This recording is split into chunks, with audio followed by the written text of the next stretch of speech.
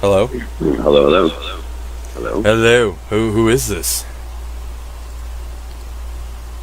This is Stone. This is Stone. Oh, that's right. Yeah, that's right. Yeah. You had the odd name. I'm sorry, Stone. This is Redler from Hellcast Radio.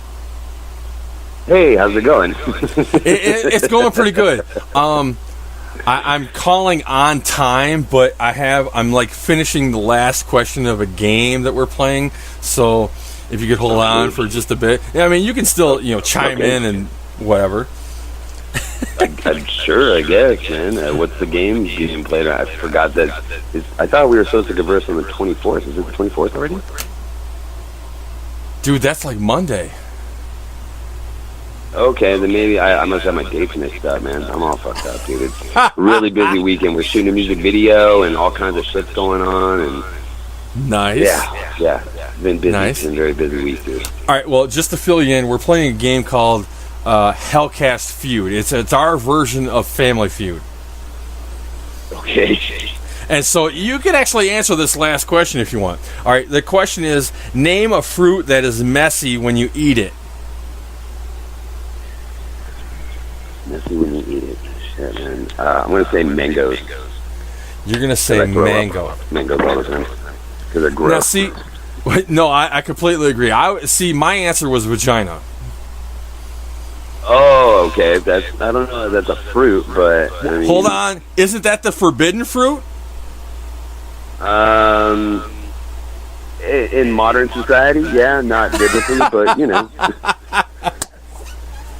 Yes, I'm not it is. Christian, but I've read the Bible, so. Yeah, I accidentally stumbled upon it too. It was in the way when I was going to someplace else, more important. Right. So I mean, you might be onto something there. I mean, it's definitely messier than a mango, and definitely tastier. That's for sure. Oh, I like you already. Oh, that's awesome. All right, Smurf says watermelon.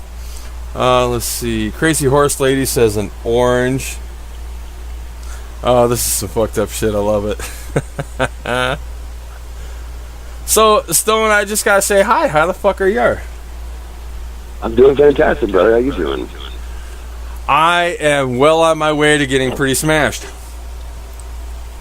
All right. I haven't quite started my party session. I mean, we're in Cali, so it's 7 o'clock right now. Oh, I'm that's definitely a shame. thinking about going and picking up a few beers because it's been a rough day, rough 2 days, and tomorrow's the big one. Oh, all right. Well, let's see. I have everybody's. Thank you for everybody for playing your answers for this last question here, real quick. Name a fruit that is messy when you eat it. Number 6 was a pineapple. Number 5 was a plum. Number 4 was a mango, said by Stone. Number 3 was a peach. Number 2 was an orange, said by Crazy Horse Lady. And the number 1 answer was a watermelon, said by NASCAR fan Peanut and Smurf. Thank you, everybody, for playing along. I'll get to those tallies here in a little while. I got an interview to do. So welcome to the show, Stone. How the fuck are you, man? I am fantastic. I'm kicking ass, man. How are you doing this afternoon, evening? Well, yeah. See, the whole time difference thing fucks everybody up. So it's been a wonderful day. Let's put it that way. It's been here. It was only 90 and like 400% humidity, so it was all right. But just saying, everybody, this is Stone from the band Contortion, and where are you guys based out of? We're based out of San Bernardino, California. So some people probably mostly recognize that from the most recent terror attacks here in the States. Oh, wow. Yeah, that is kind of crazy. Now, I know one of the... Right, we weren't much until that happened. We were just the ghetto, and then people were like, oh man, people die a lot out there, I guess. No, you're right. You're right. And I know the Queen Bitch, who is the co-host and my wife and everything. She really wanted to be here for this because this was the interview she had marked on her calendar. She's like, this guy wants to fucking talk politics. She studied up on her politics, and then she had a crazy emergency. You know, she had to basically help out some friends that had something tragic happen, and so she's actually helping them right now. You know, being there for them, being a great friend. And I said, "Baby, go for it. You know, do what you got to do. You know, because that's what we do. We help other people out." And so, unfortunately, she's not here right now. So I'm going to try to pick up the political slack, even though I'm drinking like a fish. Now I got to ask you. I got to ask you. Did you vote in their most recent election? Of course I did. All right, and may I ask who you voted for? I voted for the Green Party. I voted for Joe Stein. Okay, I actually did too. I love that long, silent pause right there. You're like, oh shit, I did not expect that. No, honestly, I didn't. I expected a Trump response. No. And I'll tell you why. And it's while I personally think he's a giant fake and a complete and total narcissistic douche. Yes. The reality of the situation is the two-party system is no system at all. It's correct. We have this delusion of choice. We pretend like we have choice, and if there's a plethora of sodas in a store and everybody says all you can choose is Pepsi or Coke because there's no other way you can have any other soda, well then that's bullshit. Because there are options, there are other choices, there are ways to get around this. And every person I talk to, it's like, well, yeah, I like this candidate, but they'll never make it because blah, blah, blah, blah, blah. Stop giving fucking excuses and just vote your conscience. Stop voting because other people pressure you to vote. Don't scare me into voting for Trump or scare me into voting for Hillary. That's not tactical in an actual sense, right? That's not American. That's fear-mongering, and that's not right. No, and I completely agree with that theory. I really do. I have always felt that way. I always wondered why there was only a two-party system. You know, why did everybody have to be one side or the other? And because both sides are so extreme, it's ridiculous. Extreme and ironically, that was bravo. That was at least a 7, dude. That was good. Thank you. Extreme surfacely, you know what I mean? Like, so it's like you're either totally for abortions or totally against abortions, or you're 100% for gay people doing what they want, or way against it because being gay is against God, or whatever. So that's surface nonsensical bullshit. The reality of the situation is both parties vote to send our kids to go die in foreign countries for practically no reason in the majority of situations. Both of them will vote to tax the shit out of, modern day, blue-collar Joe American and give massive tax breaks to major corporations and super-duper rich people all day long. Both parties will do everything they can to make their standing and their hold and grip on their positions, infallible and untouchable, while screwing the rest of us and making it all the more improbable to make any type of change occur that we all can agree on. Everybody agrees that we all want a better way to pursue a life of liberty and happiness. And that's what these two parties keep us from doing on a regular basis. And there's no, it's like the same dude holding two sock puppets. Like one sock puppet's blue, one sock puppet's red, but they're controlled by the same guy. And that's not choice. That's not difference. That's not anything. One sock puppet says, oh, I'll give you this. And one sock puppet says, well, I'll give you this. And it's like, well, it's the same bag of shit, and it's just shit, and who wants a bag of shit? No, exactly. I totally understand that. And you actually excite me because I wasn't aware that there were other people out there that felt pretty much the same way I do, about the whole process here. Now, I do have a question from the chat room, and it's actually my mother-in-law. She says, what do you think of Trump and Russia? It's hard to pull the truth out of all of this grandiose, theater that's going on around it. I feel the same way about this as I do about 9/11. Is that there's something wrong. I don't know what it is. There's a lot of weird shit happening. I don't know that Trump was 100% tied in with, you know, the actual Russian government, but we do know now that he was talking with Russians from Russia. You know, yeah, they may have not been sent over by Putin himself, but, you know, he was talking with people about how to slice the campaign and fuck with Hillary. I don't really care about Hillary or her campaign. He fucked over Bernie. I don't know why that's not as big of a deal as it should be. But, you know, there is something to it. And, you know, for me, I'm a little sick and tired of hearing it. Shut the fuck up about it until we have a smoking gun. Like when his son came out and was running his mouth like, oh, blah, blah, blah, blah, blah. Okay, that's news. But then everything else is it's just theater. You know what I mean? It's just decoration.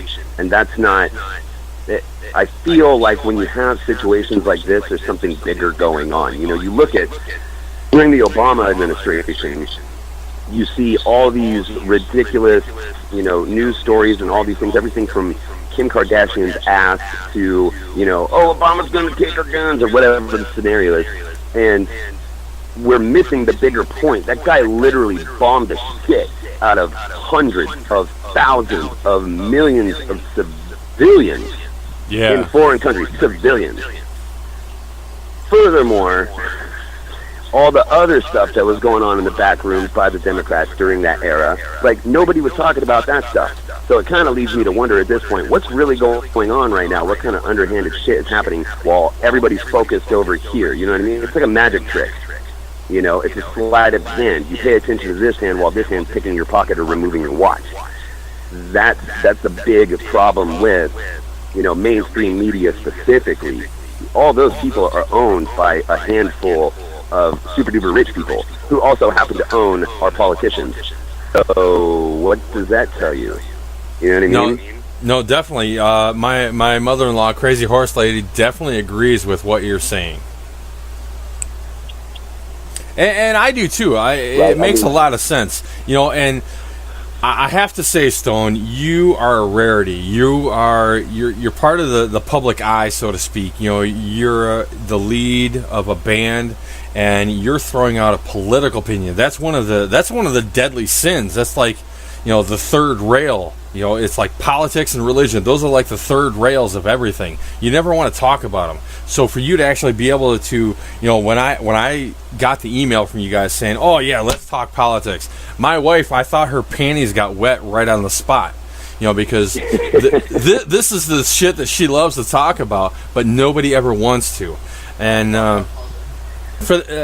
unfortunately, you know, she's not able to be here right now. And so I'm trying to fill in. I love politics. I've always wanted to be a politician, but I have a lot of skeletons in my closet that might, you know, like, you know, hurt me and shit. And so I do it. I do it faceless. I do it on air, and I throw some opinions around. You know, I don't believe in God. I don't believe in the two-party system. I think it's all fucking corrupt. I think we should have Canada. Wow, I can't even speak right now. Canadia's. I think we should have Canadia's. Yeah, exactly. I think we should have Canadia's health system. You know, fuck that. You know, we should have free health care. You know, they talk about we're the strongest and all this bullshit. We need to prove it. Fucking give us free health care. You know. Here's the irony with like ideas like that. Like you said, we're the strongest, or we're the freest, or we're the. You know, I get into discussions with these people that are like, America is the greatest and the freest country in the world. And ironically, you know, you go to places like Amsterdam, you can literally do any drug that's ever been created by man or by the earth. We can't do that here. That's not super free. You know what I mean? That's not freedom. We have the largest penal code of any first world country. That doesn't sound like freedom to me. That sounds like a shit ton of legislation and a shit ton of rules that you can't break. That's not freedom. If you talk about how many people per capita are in prison or the jail system, holy shit, man.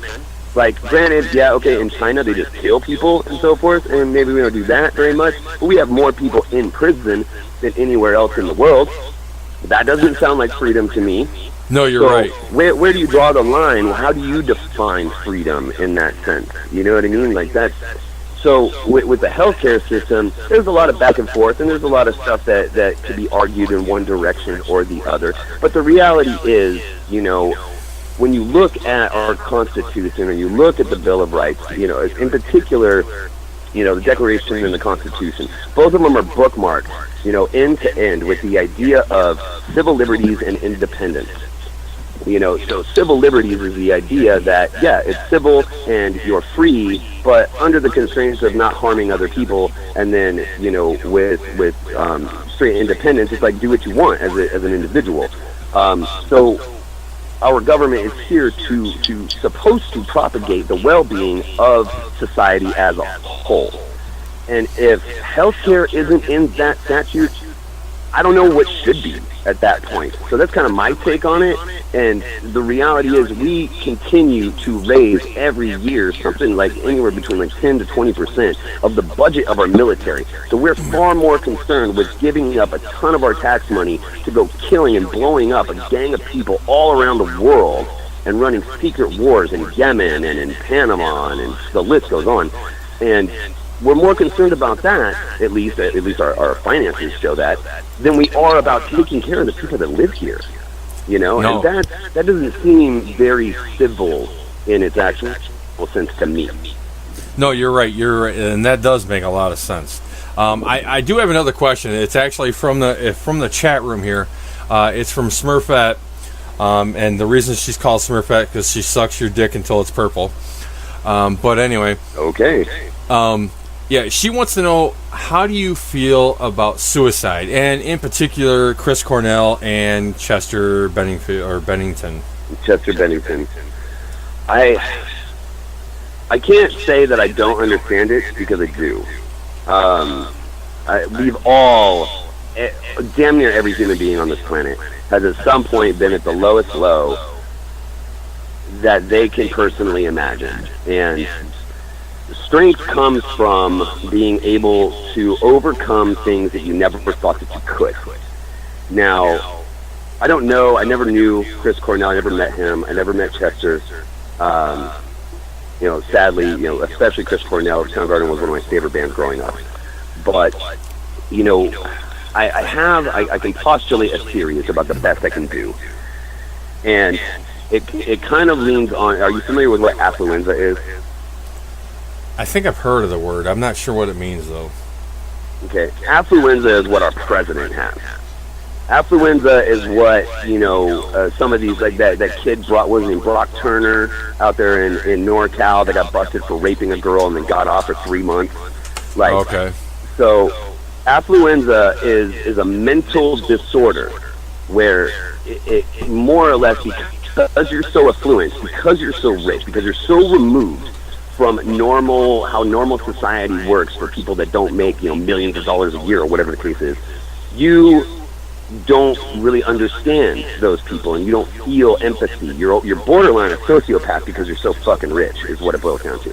So yeah, not necessarily that, but if you take that idea into context for a moment, and then you think to yourself, okay, you have people like Chester who more or less, like on the fly, on a stroke of beautiful luck, and because of his talent, was able to land a gig like Linkin Park. As far as I recall from his story, he was like nothing until that moment.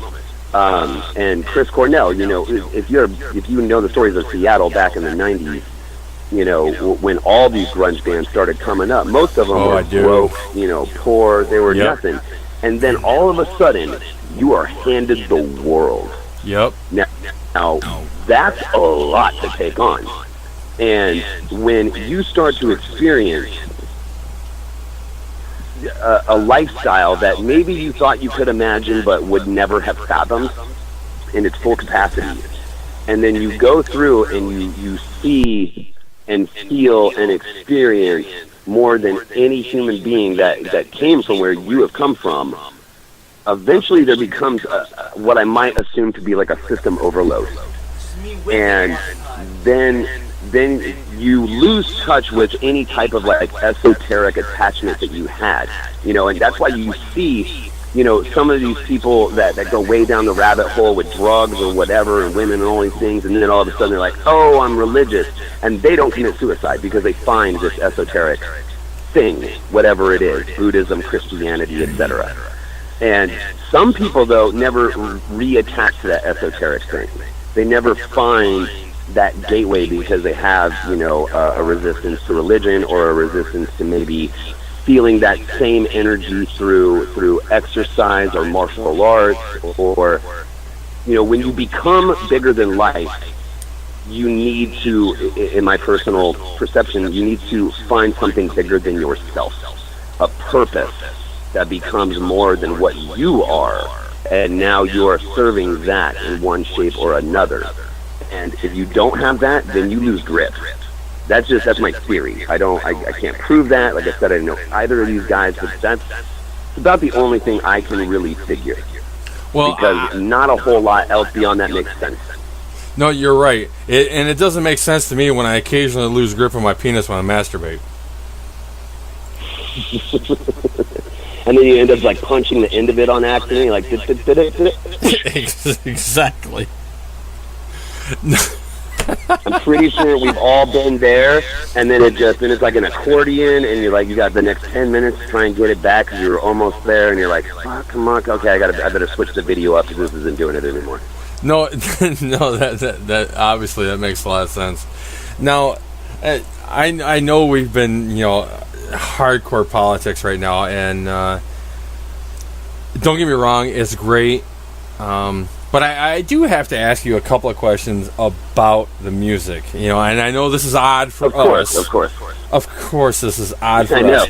How so strange. I mean, we're talking with a heavy metal singer, guitarist, and on a radio station, like music so left field. Yeah, exactly. But now, where did you come up with the name Contortion, or was it you? It was me. All right, how did you come up with it? So essentially, returning to the idea of esoteric ideas, meditation, things of that nature. So contortionism fits into this like body modification type of lifestyle, and particularly, when I look at like suspension, you know what that is? No. Okay, suspension is where people will take hooks and dig them into their skin and then suspend themselves. And sometimes it's multiple through their whole body. Sometimes it's just like 4 or 5 or 6 or whatever in their back. But essentially, people that do this, because of and through the pain, they are able to find a state of meditation and transcend their basic psychological self. And I found that to be probably the most fascinating thing I had heard at the time. I was like, that is insane. So because of pain, but also despite the pain, you're able to put your mind into a state of flow, or just a super relaxed state, and then transcend beyond your body into an ethereal moment. And that's what contortion is about. So the music to us is that meditative state, that creative force, that moment of leaving your body and entering a new realm. All right, maybe this is the alcohol talking, but I need to ask this question. Whether you choose to answer it or not is completely up to you. But yeah. Fuck, I'm really fucked up. Where's my wife at? But anyway, all right, contortion. You know what you're getting into with this conversation. I know, contortion, flexible. Does this mean you can suck your own dick? Oh man, that would be intense. And a lot of people say like, "Oh, if I could, I'd never leave the house." But I'll be perfectly honest. This is my take on it, because I've had this conversation with work buddies in the past. I wouldn't do it, because despite the fact I'm getting my dick sucked, I'm also sucking a dick. And even though it's my own, I don't really ever want a dick in my mouth. That's what it boils down to. I have no problem with people that want to do that, but that's not my thing. Oh, that is spectacular. All right, so let me ask you, when did your album come out, your most recent album? We're actually going to be dropping it in September, the very beginning of September. It's called False Flag Paradigm. False Flag Paradigm. Yeah, okay. Ironically, you can find it on iTunes and all that stuff the weekend of September 11th. Oh, see, that gets people's that date obviously gets a lot of people's emotions fired up. And that's what we aim to do all the time. No, and that, don't get me wrong, that's an awesome thing, because you guys are pushing certain limits. Like, obviously, the ability to be able to talk about politics openly as you do, because honestly, it's like, I actually had to put it into my email when I email bands. I was like, all right, obviously you don't want to talk about politics and religion. And then you guys came back with, well, why not? Let's talk about it. And yeah, I was exactly. completely blown we away. Encourage it. And so, you guys are definitely not the norm. I love that idea. I embrace that idea. And that's why majority of this interview has been political based. And I'm because if you guys have a view, an opinion that you want other people to recognize, follow possibly, or just talk about, that's what this is about. We want. What are you laughing at? You remind me of do you ever watch Rick and Morty? Okay. No, I don't know who that is. Do you know? Rick and Morty is a cartoon. It's on what is it? Like Cartoon Network, the Adult Swim. And okay. It's about a kid and his grandfather, and his grandfather's an alcoholic, and he burps while he talks all the time, and you're fucking killing me right now. Cause it's just making me think of that. It's like one of my favorite shows. Right now. That's awesome, dude. It's super rude and crude show. You would fucking love it, man. It pushes the limits for sure. No, you're right, and I believe that's what we do. My wife and I, we're not only are we a married couple, but we are partners in this show. She is my co-host, and it's amazing. We love a lot of the same things, and we love to push the envelope because we don't do the normal cookie cutter questions. We don't ask. I mean, granted, I have asked a couple questions about the music, which is kind of odd. It's usually not that many. We ask stupid shit like, all right, morning, noon, or night. I'm definitely I'm more of a morning person. I got a lot more energy in the morning. Really? I wake up at 4:30 every day. So. No, see, that's very odd because probably 90% of everybody says night. Yeah, when you're talking with musicians, typically they're we all play shows at night, and that's when we feel the most alive, is when we're playing shows. And if I didn't have to wake up super early every morning, I probably wouldn't. But I do feel, when I'm up when the sun's up, I don't know. It feels like I'm on my A game, if you will. No, and there's nothing wrong with it. I honestly feel that morning is probably my best time, also. So I actually see your. Then again, don't get me wrong. I'm like, I don't know, 8 or 10 beers into my buzz right now, and I could probably fuck like a rhinoceros. So evenings aren't bad when I'm drinking, but the majority of the time it's mornings. I seem to be the most together. Yeah, I get that. I have the same type of energy level. See, that's awesome. It really is. Furthermore, you get to enjoy the sunlight. There's something to be said for sunlight. You look at. I remember a study back in the day, and what was like Seattle had super high suicide rates, and they even tell kids who aren't from Seattle, if they start to go to college there, to take a lot of vitamin D pills, because the sun literally makes you happier. Like, getting vitamin D into your skin will make you happy. So if you're on the up and up and you're getting a lot of sun during the day, which we typically do here in Southern California, then you're going to be a happier person. You know what makes me happier? I'm going to guess bruise. No, I was going to say my wife's pussy. that makes me a lot happier. That makes me a lot happier. Well, I have no basis of comparison, but I feel you. I understand where you're coming from. Exactly. So let me ask you, and we're close to the end here. Now, do you guys have an Instagram? Because I don't think I was able to find you guys on there. Yeah, I know our Twitter handle is Contortion667. Yes. Our Instagram, we do have one. You can probably find it off of our Facebook page, because we post stuff that anything that goes from our Instagram ends up on the Facebook page. Okay. So if it says from Instagram or posted from Instagram or shared from Instagram, I don't know how it says that, but you just click on that, it'll take you to our IG page. It should just be Contortion_music. I'm pretty sure is what it is. Okay, because I run the Twitter and the Facebook page.